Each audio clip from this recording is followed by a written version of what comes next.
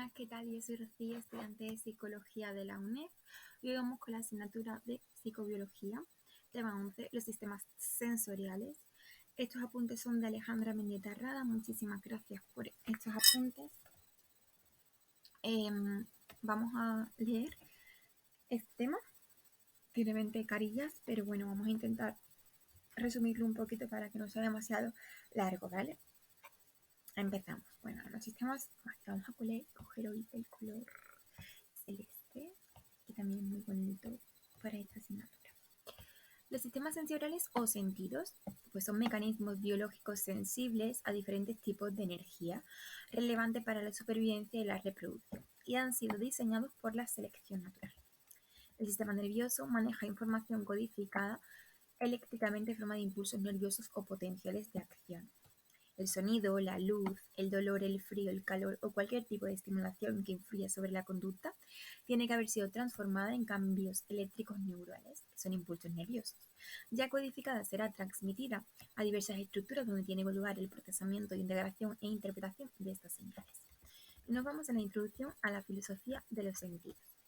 Estimulación sensorial nos dice que los diferentes tipos de energía susceptibles de influir sobre la conducta y que el concepto de estímulo no es sinónimo de estimulación sensorial, aunque cualquier estímulo implica estimulación sensorial.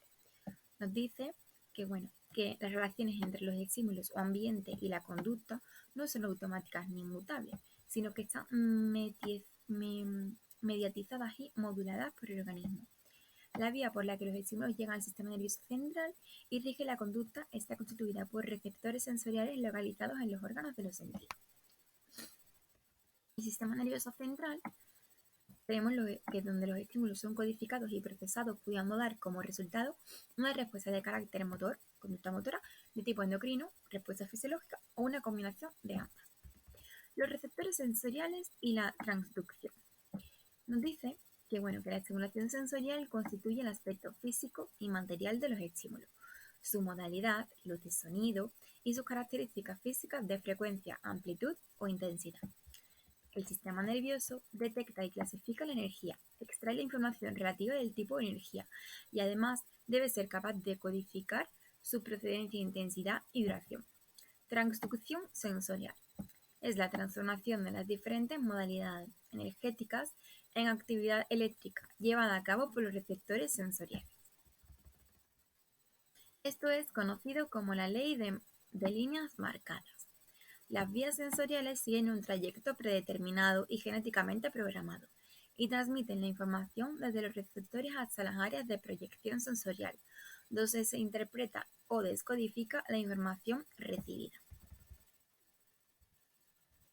Los receptores auditivos resultan estimulados por sonidos de muy baja intensidad, siempre y cuando tengan la frecuencia adecuada. Sonidos de frecuencia diferentes tienen que ser mucho más intensos. Los conos de la retina no responden ante cualquier longitud de onda de luz, sino solo a una pequeña parte del espectro luminoso. Clasificación de los mecanismos de traducción. Dependiendo si el receptor sensorial es una neurona o una célula especializada, que capta y transforma la energía produciendo la activación de la neurona sensorial. Y tenemos los receptores neuronales y los receptores especializados no nerviosos. Los neuronales son olfatorios, cutáneos y los propioceptivos o interioceptivos. Y los no nerviosos serían la vista, el oído, el equilibrio y el gusto. Muy bien. Nos vamos directamente codificando las características básicas del estímulo. Codificación de la intensidad. Nos dice, son dos los mecanismos con los que cuentan las neuronas sensoriales para lograrlo. Código de frecuencia de impulsos nerviosos, donde tenemos el umbral de respuesta y el fraccionamiento según el rango o código poblacional. Codificación de la duración. Aquí existen unas reglas generales de funcionamiento y tenemos adaptación sensorial, habituación sensorial. Y nos vamos donde nos dice que dependiendo de la velocidad de adaptación de los receptores sensoriales encontramos receptores fásicos, que son los que se adaptan deprisa, y receptores tónicos, que son los que tardan mucho o no son adaptables. Localización del estímulo. Aquí Bueno, pues nos dicen que hay zonas de la piel cuyos receptores cutáneos de presión están repartidos de forma que dos estimulaciones simultáneas aplicadas en dos puntos distintos pero próximos son sentidas como una única estimulación. Esto se explica por la diferente densidad de receptores en unas zonas más que en otras. ¿Por qué? Porque, por ejemplo, perdón que se me ha ido. Por ejemplo, en los dedos de la mano hay hasta 4 veces más receptores que en la palma. Y en la fobia del ojo, la agudeza visual es mucho mayor que en el rostro de la retina, porque en aquella hay una mayor concentración de receptores sensibles a la luz, fotorreceptores. Campo receptivo. ¿Qué es esto? Pues la actividad fisiológica de una neurona sensorial resulta modificada por la estimulación de los receptores que contactan con ella. Ejemplos: área de la piel cuya estimulación afecta la actividad electrofisiológica de la neurona sensorial, o conjunto de fotorreceptores que modifica la actividad de una neurona ganglionar de la retina. También se habla de campo receptivo de un cono o bastón, que es la zona donde se encuentra ese receptor, campo receptivo de un receptor cutáneo, que es la zona determinada de la piel, o campo receptivo de una neurona de relevo sensorial, de segundo o tercer orden. La transmisión de la información sensorial al sistema nervioso central y su procesamiento posterior. Los receptores sensoriales están especializados en la transducción de una energía estimular porque presentan una estructura y propiedades características. El resultado de la transducción es la generación de potenciales de receptor que pueden provocar el disparo de potenciales de acción en las neuronas sensoriales de forma directa o indirecta, según sea el receptor una neurona o una célula especializada no nerviosa. Circuitos sensoriales del sistema nervioso central. Y aquí nos aparecen las características del procesamiento de información sensorial en el sistema nervioso central, donde se requiere la intervención de diversos núcleos y regiones encefálicas.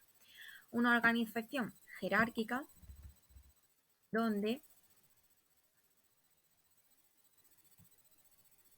tenemos el sistema gustativo, auditivo y el equilibrio, y en el sistema somatosensorial, también en el sistema visual y olfatorio. Es importante saber que los axones de las neuronas primarias establecen sinapsis con neuronas situadas en diferentes divisiones del sistema nervioso central, que son las neuronas sensoriales de segundo orden o secundarias. Y las que están situadas en diversos núcleos responsables del procesamiento de señales sensoriales son las neuronas sensoriales de tercer orden. Luego tenemos procesamiento en serie y procesamiento en paralelo. Sistema lemniscal y sistema anterolateral, ¿vale? Luego, decusación o cruce de fibras y presentan una disposición ordenada de sus aferencias en el sistema somatosensorial, donde aparece la organización somatotópica. Y bueno, esta organización da lugar a un mapa de superficie corporal. El papel del tálamo en el procesamiento de la información. Bueno, tenemos que saber que el tálamo es el centro fundamental para el procesamiento de la información.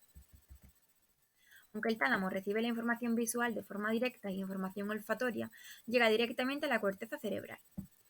El tálamo está organizado en diferentes grupos de núcleos, entre ellos los núcleos de relevo. A ese grupo pertenece el grupo ventral. Y tenemos núcleo geniculado lateral, que es la visual, núcleo geniculado medial, que es la auditiva, y otros grupos de estos núcleos de relevo que procesan la información somatosensorial, gustativa y vestibular. El procesamiento cortical de la información sensorial. La información sobre modalidad sensorial que llega a la corteza cerebral proviene de núcleos especializados situados en el tálamo. Las áreas sensoriales primarias, esas transmiten la información a las áreas corticales secundarias y a las áreas de asociación. El sistema visual.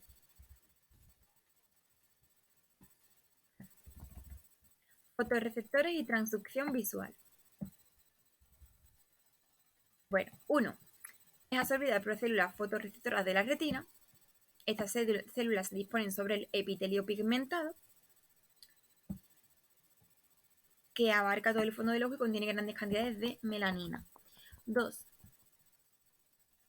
Para permitir la luz llega a las células fotorreceptoras sin ser dispersada o absorbida. Las capas celulares de la retina más próximas al cristalino no tienen mielina y son relativamente transparentes. Además, la retina tiene una pequeña invaginación en forma de mella situada en un punto central denominada fóvea. 3. Para conseguir una buena proyección sobre la fóvea, nuestros ojos se mueven constantemente cuando miramos a los objetos. La cantidad de luz que llega a la retina se regula por la pupila. Y bueno, tenemos unas propiedades de los bastones y los conos. En ambos existen moléculas sensibles a la luz, llamadas pigmentos visuales o fotopigmentos. Sin embargo, tenemos los bastones y los conos. La pérdida de conos L, conos M, conos S, el tipo de daltonismo y los síntomas. Me duele la garganta de hablar. Y importante, tanto los conos como los bastones establecen sinapsis con neuronas bipolares. Nos leemos esto. Y los conos presentan mayor resolución temporal que los bastones. Los bastones lentamente y los conos rápidamente.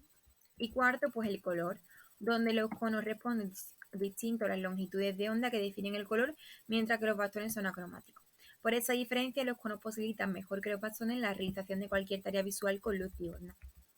Diferencias entre conos y bastones. Pues tenemos las diferencias funcionales, escotópico bastones y fotocópico conos. Diferencias en la transducción que estriban. Y poco más. Procesamiento inicial de la información visual. Nos dice, las fases iniciales del procesamiento de información visual tienen lugar en la retina. La luz hace que los fotorreceptores se hiperpolaricen, liberando menor cantidad de glutamato. Esto produce cambios en el potencial de membrana de células bipolares, con la que los fotorreceptores establecen sinapsis y en consecuencia también se producen cambios de potencial en las células ganglionares, con las que se establecen sinapsis las células bipolares. Tenemos campo receptivo. Es el conjunto de fotorreceptores que envían información de un área concreta del campo visual a células nerviosas. Tenemos las células de centro ON, que hiperpolarizará, y las células de centro OFF, que se producirá una hiperpolarización, pero si la luz incide en la periférica de la célula se despolarizará. ¿Vale? Ok. Y nos dicen que los cambios en el potencial de la membrana de las células bipolares son de tipo graduado, como la acción del glutamato, la frecuencia o que los campos receptivos de las células ganglionares se solapan. Células sensibles al contraste. ¿Estos qué son? Pues responden de forma más vigorosa cuando existe un máximo contraste de luz que incide en el centro y la periferia. Es decir, que cuando solo se ilumina una parte de su campo receptivo. ¿Vale? Las células sensibles a la dirección al movimiento. Os lo leéis. Células sensibles al color. Pues por el tema de que se oponen al rojo verde o azul amarillo. ¿Vale? Por ejemplo, sin más. Relevo talámico de la información visual. Y aquí tenemos las capas parvocelulares, que son células de pequeño tamaño, las capas magnocelulares de gran tamaño, os lo hice un poco el nombre, y células coniocelular, que se localiza ventralmente a cada una de las capas anteriores. ¿Vale? Esta organización laminar desempeña un papel fundamental en el procesamiento de diferentes aspectos de la información visual. Las neuronas magnocelulares proyectan a zonas de la corteza cerebral distintas de las zonas que proyectan las neuronas parvocelulares y coniocelulares. ¿Vale? Luego tenemos las capas magnocelulares, que bueno, tienen campos receptivos grandes, responden a la presencia de objetos de gran tamaño y contribuyen a la percepción de características generales y el movimiento de los objetos. Y las parvocelulares tienen campos receptivos pequeños, intervienen en la percepción de la forma y el color, y son las responsables del análisis de los detalles finos de la imagen. Y las células coniocelulares tienen una función menos conocida y se encargan de modular la percepción del color. Procesamiento cortical del sistema visual. Procesamiento visual en V1, donde tenemos las células simples que presentan campos receptivos, manteniendo la organización antagónica centro-periferia. Los estímulos que son óptimos para la activación son en forma de barras alargadas. Las células complejas pues no tienen campos receptivos son estimuladas por el movimiento brusco de un hilo, tienen selección de dirección, finalización del campo receptivo y se piensa que estas células son de un estadio superior. Concepto de frecuencia espacial. Los experimentos de Uvel y Wiesel pues sugerían que las neuronas de corteza visual primaria se especializaban en detención de líneas y bordes, pero estudios posteriores de Balloway demostraron que las neuronas en V1 responden de una manera específica a un tipo de estímulo especial, la rejilla sinusoidal, ¿vale? El sistema magnocelular es evolutivamente el más antiguo y se encarga de procesar las frecuencias espaciales bajas que aportan más información. Seguimos, las columnas y los módulos corticales. Nos dice, en la corteza visual primaria, la mayoría de las neuronas, sean simples o complejas, reciben información procedente de los dos ojos, son binoculares. Sin embargo, la mayoría de ellas reciben más aferencias desde un ojo que es de otro, propiedad que se denomina dominancia ocular. Columnas de dominancia ocular. Neuronas que responden de forma preferente a las señales procedentes de un ojo. No se distribuyen al azar, sino que se disponen de forma alterna siguiendo un patrón constante. Existe también una organización columnar para la preferencia de la orientación de los estímulos con un ángulo determinado. Columnas de orientación e hipercolumnas. Estacas o manchas. Series de agrupaciones de neuronas que responden al color. Muchas células de las estacas son oponentes al color. Cuando se les estimula no responden a ningún estímulo de luz blanca, pero sí lo hacen intensamente a puntos coloreados. Estas células corticales pueden aumentar o disminuir su actividad dependiendo de la longitud de onda o de luz. Si se les denomina doblemente oponentes al color, muestran una organización antagónica centroperiférica. Frecuencia espacial. Hay neuronas dentro de las estacas que responden robustamente a frecuencias bajas y detectan de manera sensible los cambios pequeños de contraste. Y tenemos bandas finas y las bandas gruesas y zonas pálidas. La percepción visual es un complejo proceso de integración llevado a cabo por la corteza visual. Se cree que es un resultado de análisis integrado de miles de módulos corticales. Esta segregación de funciones se mantiene en los centros superiores. Área V4, implicada en el análisis de color y el aura. Área V5, especializada en el movimiento y la profundidad. Y tenemos la corriente ventral y la corriente dorsal. ¿Qué son? Y dorsal, ¿dónde están? Ejemplo, paciente. Tiene daños en áreas de su corriente ventral y a consecuencia es incapaz de igualar la orientación de una hoja en una ranura, pero sí puede ejecutar la acción de meterla en la ranura. Este ejemplo nos indica que la corriente dorsal sirve para conocer la localización de objetos y también para coordinar nuestra acción. Procesamiento cortical del color. Simplemente, por ejemplo, otra región crítica para la percepción del color es el TEO en monos y se sitúa en la corteza inferotemporal anterior. Su lesión produce ceguera al color. En humanos hay una alteración neuropsicológica, acromatopsia cerebral. Surge la parte de la corteza correspondiente a la T. Procesamiento cortical de la forma. Agnosia visual. Tenemos la agnosia visual, área fusiforme facial. Esta área explica el déficit de prosopagnosia, la región parahipocampal y área cortical estriada. Procesamiento cortical del movimiento. Nuestra capacidad para percibir el movimiento juega un papel fundamental en nuestra adaptación al medio y nuestra supervivencia. Y tenemos la aquinetopsia. Las áreas de asociación parietal posterior y temporal inferior son decisivas en el análisis final de la información visual. El sistema auditivo. Transducción de la información auditiva. Tenemos, esto nos lo leemos, ¿vale? Porque obviamente es importante, pero bueno. Siguiente, transmisión de la información auditiva por el sistema nervioso central y su procesamiento cortical. Los axones del nervio estatoacústico penetran por el núcleo coclear del bulbo, que proyecta a su vez al complejo olivar superior del puente. Aquí la información viaja por el lemnisco lateral al al colículo inferior, en el mesencéfalo, proyectando al núcleo geniculado medial del tálamo y desde ahí a la corteza auditiva primaria, A1. La percepción auditiva, y tenemos el tono, ¿vale? Donde dentro tenemos el código de lugar y el código de tasas de disparo, la intensidad, el timbre y corriente dorsal y ventral en la percepción auditiva. Tenemos la ventral, el qué, y la dorsal, el cómo y dónde.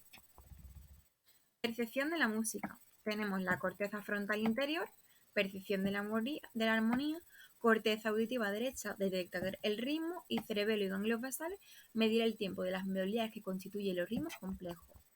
¿Qué es la musia? Es el déficit neuropsicológico, es la pérdida o deterioro de capacidades musicales. No reconoce la melodía ni ritmo. El sistema somasensorial.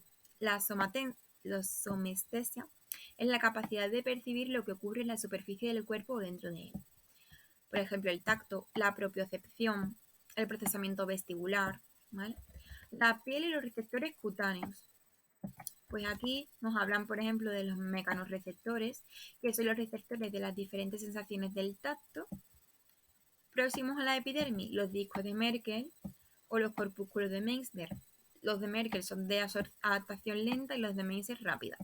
En la dermis tenemos los corpúsculos de Ruffini, de adaptación lenta, y los corpúsculos de Pacini de adaptación rápida. Transmisión de la información cutánea de la corteza cerebral y su procesamiento.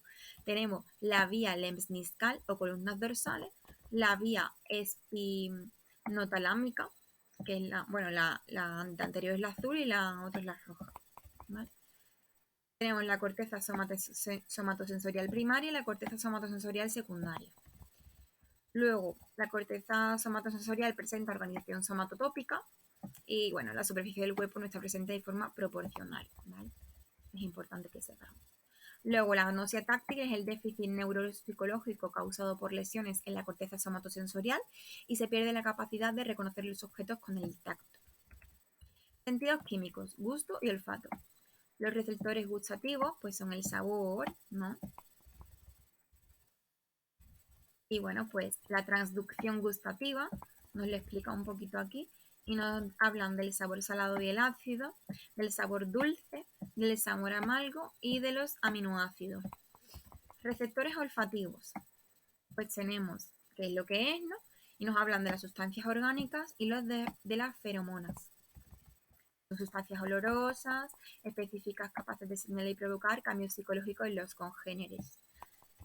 Luego tenemos, bueno, obviamente han propuesto 7 olores o aromas básicos, que es el etéreo, frutal, floral, canforáceo, menta, putrido y aqueo. La transición olfativa, cuando se inicia y se conoce como adaptación sensorial. Vía de la comunicación al sistema nervioso central. Nos lo leemos, ¿vale? Percepción gustativa y olfativa, donde existen receptores moleculares y conjunto de fibras nerviosas. Nos lo estudiamos y nos lo leemos. ¿Y qué es la agnosia gustativa? Venga, que esto se acaba.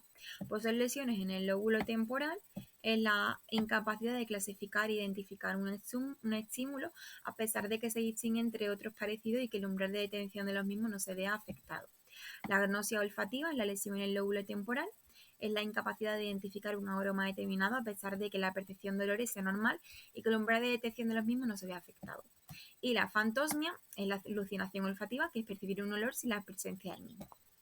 Vale, así que, bueno, pues yo espero que os haya gustado mucho este tema y que os haya ayudado. Es un tema larguito, pero bueno, nos vemos en el siguiente y un saludo. Chao.